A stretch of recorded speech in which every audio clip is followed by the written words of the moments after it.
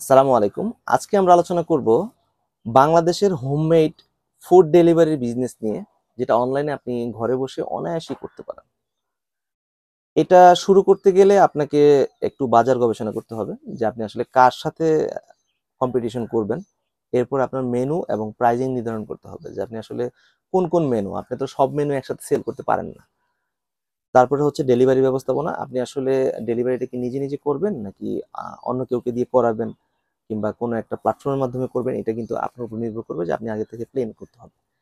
এরপরে হচ্ছে online marketing, Facebook, Instagram, WhatsApp business এবং ফেসবুক গ্রুপগুলোতে আপনি আসলে কিভাবে অ্যাক্টিভিটি করে আপনি কাস্টমার কালেক্ট করবেন, এটা কিন্তু আপনার উপর নির্ভর করবে। আর রেজিস্ট্রেশন ও সনদ, আপনি যদি একটু বড় পর্যায়ে চলে যান যে না আপনি ভালো করছেন, সেক্ষেত্রে আপনি হয়তোবা নিরাপদ খাদ্য কর্তৃপক্ষ কিংবা এই ধরনের যারা ট্রেড লাইসেন্স দিয়ে থাকে তাদের সাথে আপনি আলাপ করে আপনি শুরু করতে পারেন।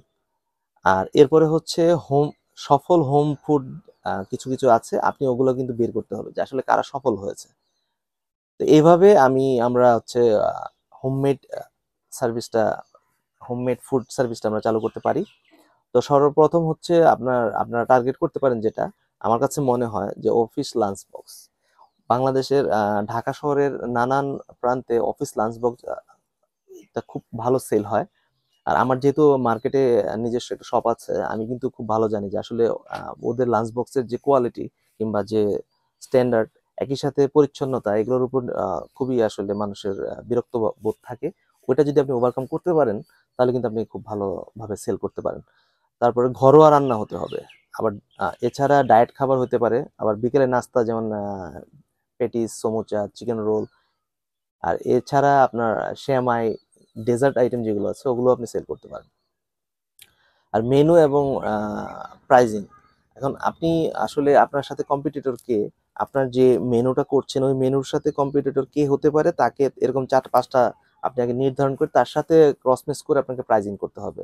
যেমন আপনি যদি চিকেন বিরিয়ানি সেল করেন কিংবা বিফ বিরিয়ানি সেল করেন, সেই ক্ষেত্রে কিন্তু উত্তরায় থাকলে আপনাকে আহ, নানান ধরনের যারা এই ধরনের বিরিয়ানি সেল করে তাদের প্রাইজিং এর সাথে সামঞ্জস্য রেখে, ওই স্ট্যান্ডার্ড রেখে, ওই স্বাদ রেখে আপনাকে করতে হবে।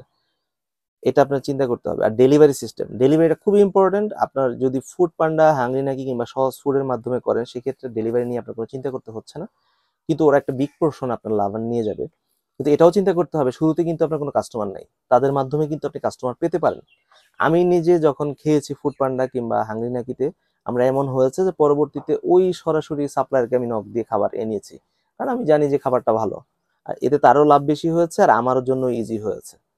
আর এই কিছু কিছু কুরিয়ার সার্ভিস আছে যারা হচ্ছে এগুলো ডেলিভারি দিয়ে থাকে, আপনার আপনার জন্য করে থাকবে, যেমন পাঠাও কুরিয়ার আছে, তারপরে পেপার ফ্লাই, এই জাতীয় অনেকেই আছে। আবার নিজস্ব আপনি কুরিয়ার সার্ভিসও রাখতে পারেন। ধরেন আপনার ছোট ভাই কিংবা আপনার কোনো আত্মীয় স্বজন ফ্রি আছে, তাকে দিয়ে আপনি মোটরসাইকেল কিংবা বাইসাইকেলে আপনি কিন্তু আসলে এটা ডেলিভারি দিতে পারেন।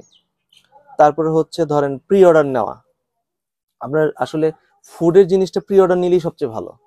কারণ হচ্ছে আপনি অর্ডার দেওয়ার পরে যদি বানিয়ে দেন, সেটা কিন্তু ফ্রেশ, ক্লিন অ্যান্ড এটা স্বাদটা পারফেক্টলি থাকবে। কিন্তু যদি আপনি আগেই বানিয়ে রাখেন, বাংলাদেশে যেটা রেস্টুরেন্ট বলতে হয় যে খাবারটা আগে বানিয়ে রাখে, অনেক সময় নষ্ট হয়ে যায়, গন্ধ হয়ে যায়, খাবারের স্বাদ চেঞ্জ হয়ে যায় গরমের কারণে।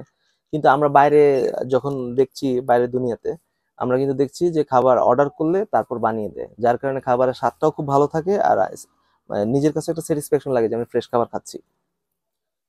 আর এছাড়া বাড়তি টিপসের মধ্যে হচ্ছে সপ্তাহে একদিন আপনি আসলে স্পেশাল কোনো মেনু করতে পারেন, যেমন কাচ্চি, ভুনা খিচুড়ি। তারপরে বৃষ্টি আসলে বাংলাদেশে ভুনা খিচুড়ির প্রতি খুব মানুষের আকৃষ্ট। তারপরে হচ্ছে খাবারের প্যাকেজিংটা খুব ইম্পর্ট্যান্ট।